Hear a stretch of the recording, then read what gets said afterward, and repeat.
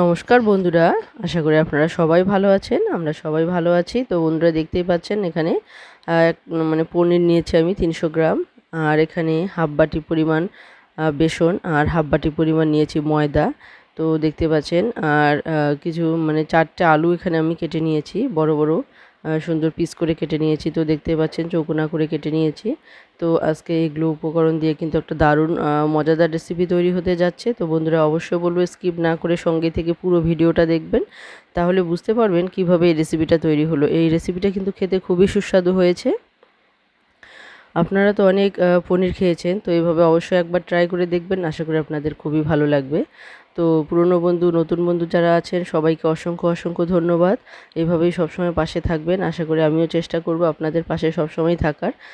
তো সময়ের অভাবে হয়তো বা আমি সবার আগে পৌঁছতে পারি না, কিন্তু আমি সবসময় চেষ্টা করি যে সমস্ত বন্ধুরা সবসময় আমার পাশে আছেন আমি সবসময় তাদের কাছে পৌঁছানোর চেষ্টা করি।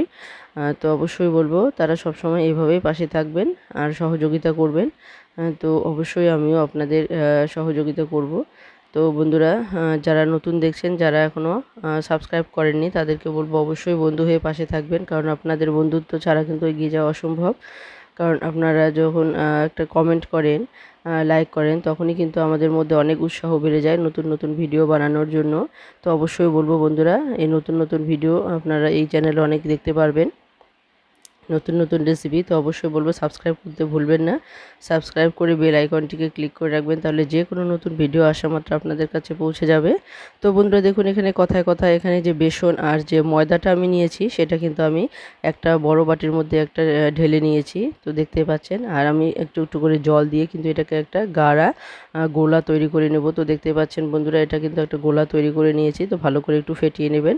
তো বন্ধুরা দেখতে পাচ্ছেন কতটা গাঢ়া করে নিয়েছি। তো এখানে দেখুন পনিরগুলোকে সুন্দর করে, যে আলু যেভাবে আমি কেটে নিয়েছি সেভাবেই কিন্তু পনিরগুলোকেও সুন্দর করে পিস করে কেটে নিয়েছি। তো পনিরের মধ্যে সামান্য একটু লবণ আমি মেখে নিলাম। তো এখানে কিন্তু হলুদ আমি দেব না, তো হলুদ ছাড়াই কিন্তু আমি শুধু লবণ দিয়ে এটাকে একটুখানি ভেজে নেব। তো কতটুকু ভেজে নেব পনিরটা অবশ্যই বন্ধুরা সঙ্গে থাকবেন দেখার জন্য, কারণ পনির কিন্তু বেশি ভাজলে ভালো হয় না। তো অবশ্যই বলবো তো সঙ্গে থেকে পুরো ভিডিওটা দেখতে থাকুন, তাহলে অবশ্যই আপনারা বুঝে যাবেন কিভাবে করতে হবে। তো দেখুন বন্ধুরা, এদিকে দুই দিকে দুটো কড়াই বসিয়ে দিয়েছি আমি, আর একটা সিলভার কড়াই আর একটা লোহার কড়াই। তো এই সিলভার কড়াইয়ের মধ্যে লঙ্কা, কাঁচা লঙ্কা, শুকনো লঙ্কা আর গোটা জিরে সম্বার দিয়ে দিয়েছি আমি। আর এখন আমি যে আলুগুলো কেটে রেখেছি, তো এখানে আমি একটু বড় সাইজের 4টে আলু কেটে নিয়েছি। তো দেখতেই পাচ্ছেন, তো এই আলুগুলো আমি এখানে দিয়ে ভালো করে ভেজে নেব। তো ভাজার মধ্যে কিন্তু আমি এটা মোটামুটি সেদ্ধ করেই ফেলবো। তো এই আলুগুলো যদি একটু মানে ভাজা করে সেদ্ধ করা যায়, তাহলে এর স্বাদ কিন্তু অনেক মানে বেড়ে যায়। তো অবশ্যই বলবো আপনারা একটু ভাজা করে নিয়ে চেষ্টা করবেন। তো বন্ধুরা দেখুন, এখানে আমি দিয়ে দিলাম স্বাদ মতো লবণ, মানে যতটা পরিমাণ আমি ঝোল বানাবো বা গ্রেভি করব ততটা পরিমাণ লবণ কিন্তু এখানে আমি সেই আন্দাজ মতো এখনই দিয়ে দিলাম। আর এদিকে দেখুন, আমি কড়াই বসিয়ে দিয়েছি, লোহার কড়াই, যে সেটা গরম হয়ে এসেছে। আর আমি এখন দিয়ে দিলাম এখানে সাদা তেল। আর এই সাদা তেলের মধ্যে কিন্তু দেখতেই পাচ্ছেন সাদা তেলটাও গরম হয়ে এসেছে। আর এই সাদা তেলের মধ্যে কিন্তু আমি পনিরগুলো ভেজে নেব। তো পনিরগুলো প্রথমে আমি হালকা একটুখানি ভেজে নেব। তো একদমই কিন্তু পনির বেশি করে ভাজা যাবে না, কারণ পনির বেশি করে ভাজলে কিন্তু এগুলো শক্ত হয়ে যায়। তো অবশ্যই চেষ্টা করবেন পনিরটাকে শুধু একটুখানি উল্টে পাল্টে নিয়ে নামিয়ে নেওয়ার। তো দেখতেই পাচ্ছেন এখানে আমি পনিরগুলো দিয়ে দিয়েছি। আর এই পনিরগুলোকে কিন্তু আমি বেশি ভাজবো না, আমি শুধু একটুখানি উল্টে পাল্টে কিন্তু এটা নামিয়ে নেব। তো এটা আমার হয়ে গেছে। তো এখন আমি এটাকে নামিয়ে নেব। তো দেখুন, এটা আমি নামিয়ে নিয়েছি। তো দেখুন, একদমই কিন্তু বেশি কড়া করে ভাজা যাবে না, শুধু একটুখানি তেলের মধ্যে দিয়েই ব্যাস উল্টে পাল্টে কিন্তু এটাকে নামিয়ে নেবেন। তো দেখুন, এটা পঞ্চের মতো কিন্তু হয়েছে। আর বাকি যে পনিরগুলো আছে সেগুলোকেও আমি একইভাবে ভেজে নিচ্ছি। তো অবশ্যই বলবো পনির বেশি করে ভাজবেন না, শুধু তেলের মধ্যে ছেড়ে একটুখানি নাড়াচাড়া করেই কিন্তু এটাকে নামিয়ে নেবেন। তো বন্ধুরা দেখুন, এদিকে কিন্তু আলুগুলো আমি দিয়ে দিয়েছিলাম, তো সেটা স্কিপ করে গেছে। তো দেখুন এখানে অনেকটা মানে ভাজা হয়ে গেছে আলুগুলো দেওয়ার পর। আর এদিকে পুরোপুরি পনিরগুলো কিন্তু ভাজা হয়েছে। তো দেখুন আমি এটা নামিয়ে নিয়েছি। তো দেখুন পনিরগুলো কিন্তু একদমই বেশি করে ভাজিনি, একটুখানি মানে নাড়াচাড়া করে নামিয়ে নিয়েছি। তো এখন আমি পনিরের তো বড়াগুলো তৈরি করে নেব। তো দেখুন এখানে আমি পনিরের বড়া তৈরি করে নিচ্ছি। তো প্রথমে কয়েকটা আমি দিয়ে দিয়েছি, তো সেটা স্কিপ করে গেছে, আপনাদেরকে দেখাতে পারিনি। তো দেখুন আমি কিভাবে দিচ্ছি।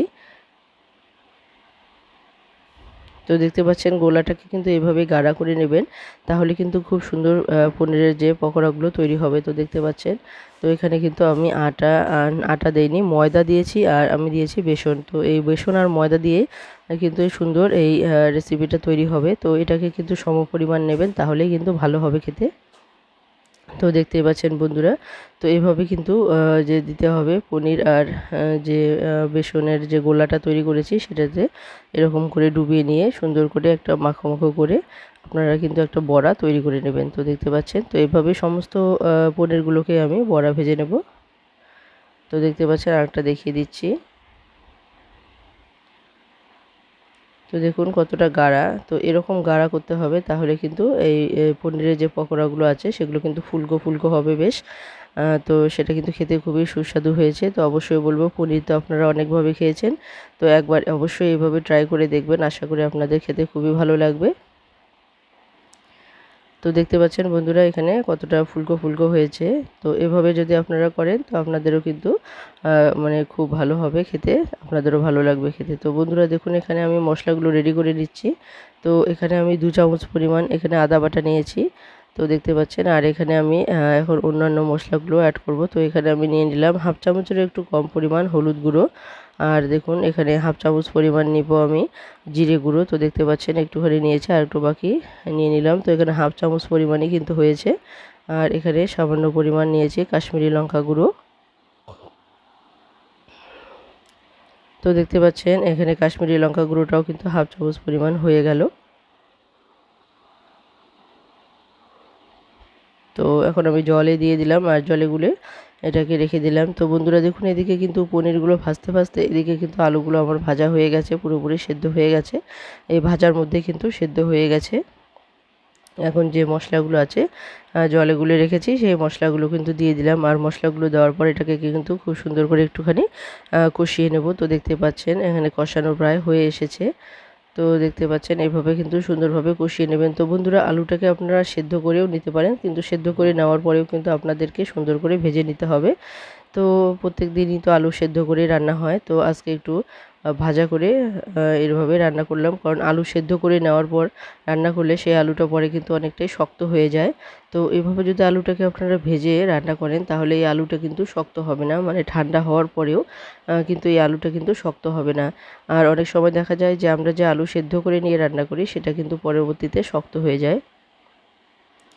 তো অবশ্যই আপনারা যদি এভাবে আলুটাকে মানে ভেজেই সিদ্ধ করে নেন, তাহলে দেখবেন এই আলুটা কিন্তু মানে খুব সুন্দর নরমই থাকবে, শক্ত হবে না। তো বন্ধুরা দেখুন, এখানে আমি দিয়ে দিলাম জল। তো অবশ্যই বলবো বন্ধুরা, যেহেতু এখানে যে পনিরটাকে গোলার মধ্যে চুবিয়ে বড়া তৈরি করা হয়েছে, তো সেই বড়াগুলো কিন্তু অনেকটাই ঝোলটাকে টেনে নেবে। তো অবশ্যই বলবো যে যতটুকু পরিমাণ আপনারা ঝোল রাখতে চান, তার থেকে 1 বাটি পরিমাণ জল আপনারা একটু বেশি করেই দেবেন, কারণ সেটা কিন্তু টেনে নেবে। তো বন্ধুরা দেখুন, এখানে আমার 2 বাটি মানে 2 গ্লাস পরিমাণ জল দিলেই হয়ে যায়, কিন্তু এখানে আমি 2 গ্লাস জল না দিয়ে আমি কিন্তু এখানে 3 গ্লাস পরিমাণ জল দিয়েছি, কারণ আমি সেটা কিছুক্ষণ জাল করব। আর এই পনিরের যে বড়াগুলো আছে সেগুলো অনেকটাই কিন্তু টেনে নেবে জলটাকে, তার জন্য কিন্তু আমি এখানে 3 গ্লাসের মতো জল দিয়ে দিয়েছি। তো বন্ধুরা দেখুন, এখানে কিন্তু ঝোলটা পুরোপুরি ফুটিয়ে নেব, মানে পুরোপুরি জাল করে নেব। যে অবস্থায় মানে জাল করলে আমরা নামিয়ে নিতে পারবো ঝোল, তো সেরকমই পুরোপুরি জাল করে নিতে হবে আগে। মনে হচ্ছে যে আপনারা ঝোলটাকে নামিয়ে নেবেন, তো সেই অবস্থায় পুরোপুরি আপনারা জাল করে নেবেন। তারপর দেখুন, এখানে আমি দিয়ে দিলাম পনিরের বড়াগুলো। তো অবশ্যই এই পনিরের বড়াগুলো দেওয়ার পর কিন্তু বেশিক্ষণ জাল করা যাবে না, তাহলে কিন্তু এর স্বাদটা নষ্ট হয়ে যাবে। তো অবশ্যই আপনারা চেষ্টা করবেন পনিরের বড়াগুলো দেওয়ার পর আপনারা নামিয়ে নেওয়ার চেষ্টা করবেন। তো বন্ধুরা দেখতে পাচ্ছেন, পনিরগুলো দেওয়ার পরই কিন্তু আমি এখানে দিয়ে দিলাম গরম মশলা। তো গরম মশলা এখানে আমি হাফ চামচের একটু বেশি দিয়েছি, প্রায় 1 চামচ পরিমাণ আন্দাজ মতো এখানে দিয়েছি। তো আপনারা আপনাদের যতটা পরিমাণ হবে সবজি সেই আন্দাজ মতো দিয়ে দেবেন। তো বন্ধুরা দেখুন, এখানে কিন্তু অনেকটাই রসালো দেখা যাচ্ছে। তো এই অবস্থাতে কিন্তু এটা আমি নামিয়ে নেব, কারণ এটা কিন্তু পরিবেশন করতে করতেই ঠান্ডা হয়ে যাবে, আর ততক্ষণে কিন্তু অনেকটাই রস টেনে নেবে। তো অবশ্যই বলবো বন্ধুরা, আপনারাও কিন্তু একটু রসালো অবস্থাতে এভাবে নামিয়ে নেবেন, তাহলে আপনারা দেখবেন আপনাদের পরিবেশন করতে করতে কিন্তু অনেকটাই রস টেনে নিয়েছে। তো বন্ধুরা দেখুন, এখানে কিন্তু গরম মশলা দিয়ে দিয়েছি, আর গরম মশলা দেওয়ার পরে একটুখানি জাল দিয়ে এটাকে আমি শুধু গরম করে নেব। তারপর কিন্তু এটাকে আমি নামিয়ে নেব। তো বন্ধুরা, আমার এই রেসিপিটা আপনাদের কেমন লাগলো অবশ্যই কমেন্টে জানাতে ভুলবেন না। আর যে সমস্ত বন্ধুরা এখনও সাবস্ক্রাইব করেননি অবশ্যই বলবো সাবস্ক্রাইব করে বেল আইকনটিকে ক্লিক করে রাখুন, তাহলে যে কোনো নতুন ভিডিও আসা মাত্র আপনাদের কাছে পৌঁছে যাবে। তো বন্ধুরা দেখুন কতটা লোভনীয় হয়েছে পনিরের রেসিপিটা। তো অবশ্যই বলবো বন্ধুরা, পনির তো আপনারা অনেকভাবেই খেয়েছেন, তো একবার অবশ্যই এইভাবে ট্রাই করে দেখুন, আশা করি আপনাদের খুবই ভালো লাগবে। তো বন্ধুরা দেখুন কতটা লোভনীয় হয়েছে। তো অবশ্যই বলবো বন্ধুরা, যারা এখনও সাবস্ক্রাইব করেননি তারা অবশ্যই সাবস্ক্রাইব করে রাখবেন, বেল আইকনটিকে ক্লিক করে রাখবেন, তাহলে যে কোনো নতুন ভিডিও আসা মাত্র আপনাদের কাছে পৌঁছে যাবে। তো বন্ধুরা অবশ্যই যে কমেন্ট করতে ভুলবেন না, আর অবশ্যই লাইক করবেন, সাথে সাথে শেয়ারও করবেন, তাহলে আপনারা যে কোনো ভিডিও নতুন নতুন চ্যানেল মানে এই চ্যানেলে নতুন নতুন দেখতে পারবেন আপনারা। সবসময় আমি চেষ্টা করি আপনাদের জন্য নতুন নতুন কিছু নিয়ে আসার। তো অবশ্যই বন্ধুরা, এতক্ষণ সঙ্গে থাকার জন্য সবাইকে অসংখ্য অসংখ্য ধন্যবাদ।